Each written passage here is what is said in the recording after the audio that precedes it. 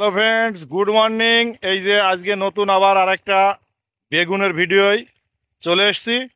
তো গতবার আমি একটা ভিডিও দিয়েছিলাম যে চায়না বেগুন চাষ করে হতে পারে ভাগ্য বদল। তো সেই চাষি বন্ধু গতবার তো 4-5 কাঠা জায়গায় করেছিল। তো এবারে দেখতে পাচ্ছেন এখানে প্রায় 13-14 কাঠা জায়গাতে আবার চারা বসিয়েছে। তো আজকের ভিডিওতে আমরা আলোচনা করব যে এই বেগুনের চারাটা আপনারা কোথা থেকে পাবেন, কোন টাইমে লাগালে এটা সব থেকে ভালো হবে, এ টু জেড। এবং গতবারের সেই কৃষক বন্ধুর সঙ্গে আমরা জানবো যে গতবার লাস্ট সেই 4 কাঠা জায়গা থেকে তিনি কত টাকা বেচা কেনা করেছিলেন এবং মোটামুটি কীরকম খরচা হয়েছিল। তো দেখতে পাচ্ছেন বেগুনের চারা বসানো হয়ে গেছে, আজকে জল ছাড়ছে। তো এখন আমরা সরাসরি চাষি বন্ধুর সঙ্গে কথা বলবো। তো চলুন ভিডিওটি শুরু করি। প্রথমে আপনার পরিচয়টা একটু দেবেন, এই জায়গাটা কোথায় একটু বলবেন। এটা হচ্ছে গ্রামের নাম নবীননগর। আচ্ছা, শুধু গ্রাম বললে লোকে চিনতে পারে না, কারণ বহু দূর দূর থেকে ভিডিওগুলো দেখে। ঠিক আছে, আপনি পুরো ঠিকানাটা একটু বলুন। আচ্ছা, থানা তেহট্ট, আচ্ছা।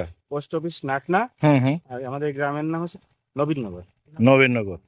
তো গতবার তো আপনার যে ভিডিও করেছিলাম যে চায়না বেগুনে হতে পারে ভাগ্য বদল, তো সেখানে প্রচুর ভিউয়ার্স ছিল। তো তারা সবাই আমাকে কমেন্টও করেছে এবং ফোন করে জানার চেষ্টা করে যে এই বেগুনের বীজ কোথায় পাওয়া যাবে বা এর কোন টাইমে বসানো হয়। তো এবার আবার দেখতে পাচ্ছি যে আপনি গতবারের থেকেও বেশি জায়গায় চাষ করেছেন।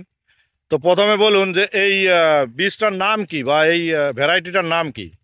শুনুন, বেগুন চাষের ক্ষেত্রে প্রথম যেটা সব থেকে ভাইটাল সিদ্ধান্ত হ্যাঁ সেটা হ্যাঁ। হচ্ছে বেগুনের জাত নির্বাচন। আচ্ছা বেগুনের জাত যদি আপনি ঠিকঠাক নির্বাচন করতে না পারেন তাহলে কিন্তু টোটালি লস হতে পারে।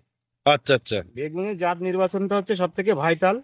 এই বেগুনটা আমি চাষ করেছিলাম গতবার কৃষ্ণনগরের পাশে দিকনগর বলে একটা জায়গা আছে, ওখান থেকে দিগনগর না দিগনগর? দিকনগর দিগনগর, ওখান থেকে দিগনগর। একটা জায়গা আছে, ওখান থেকে ওই শান্তিপুরের আগেই? শান্তিপুরের আগে। হ্যাঁ, যেটা মেন রোড থেকে দেখা যায় যে ওখান দিয়ে নার্সারি গুলো রয়েছে। ঠিক ধরেছেন, ঠিক ধরেছেন। আচ্ছা আচ্ছা। ওখানে গিয়ে বলতে হবে যে হাইব্রিড চায়না।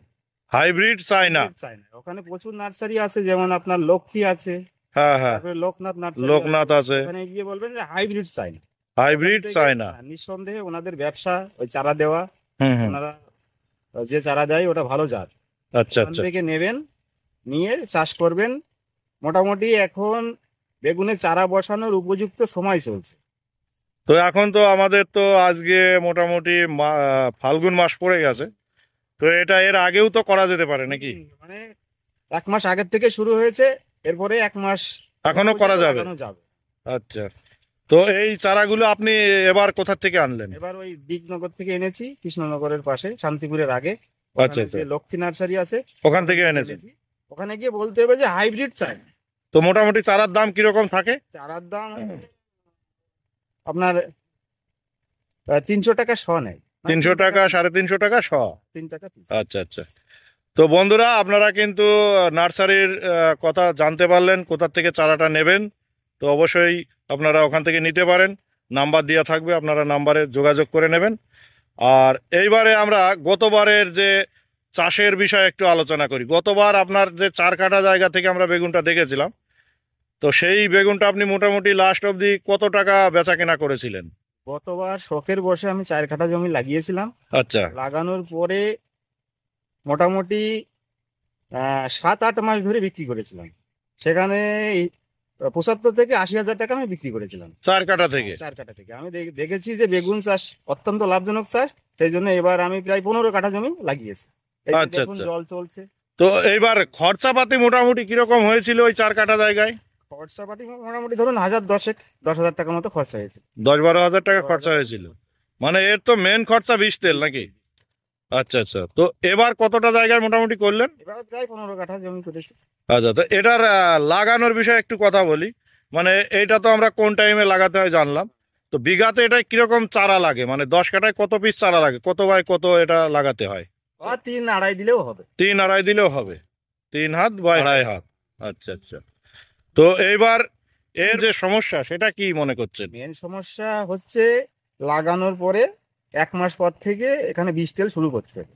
বীজ তেল দেওয়া শুরু করতে হবে? কন্টিনিউ দিয়ে যেতে হবে। আর আপনার কিছু সার আছে, যেমন ডিএপি, ইউরিয়া, এগুলো প্রথম থেকে দেওয়ার পরে পরে গিয়ে আপনার 10-26 ধুরবি গোল্ড এই জাতীয় সার দিলেই হবে। মেন যত্ন সেটা হচ্ছে আপনার বীজ তেল। বীজ তেল দিয়েই রাখতে হবে, কন্টিনিউ দিয়ে রাখতে হবে। তো অনেক সময় দেখা যাচ্ছে যে চাষি ভাইরা মার্কেট পায় না, তখন বীজ তেল ফেল দিয়ে ছেড়ে দেয়। চাষি ভাই যখন বাজার দর যখন কম থাকবে, আচ্ছা, তখন যদি চাষি ভাই মনে করে যে আমি যত্ন করব না, তাহলে লস হয়ে যাবে, টোটালি লস হয়ে যাবে। আজকে দাম নেই, 15 দিন বাদে দাম উঠবে। আচ্ছা, আচ্ছা। যত্ন একবার গাছে ছেড়ে দিলে ওই গাছকে আর ভালো করা যাবে না, গাছ নষ্ট হয়ে যাবে। ওই জন্য কন্টিনিউ যত্ন করে যেতে হবে। তো এই যে এই টাইমে লাগানোর পরে মোটামুটি কত মাস এটা ফলন দেয়? এটা মোটামুটি আপনি 8 মাস 8 মাস অবধি ফলন দেবে। পাবেন। আচ্ছা, আচ্ছা, অনেক অনেক ধন্যবাদ।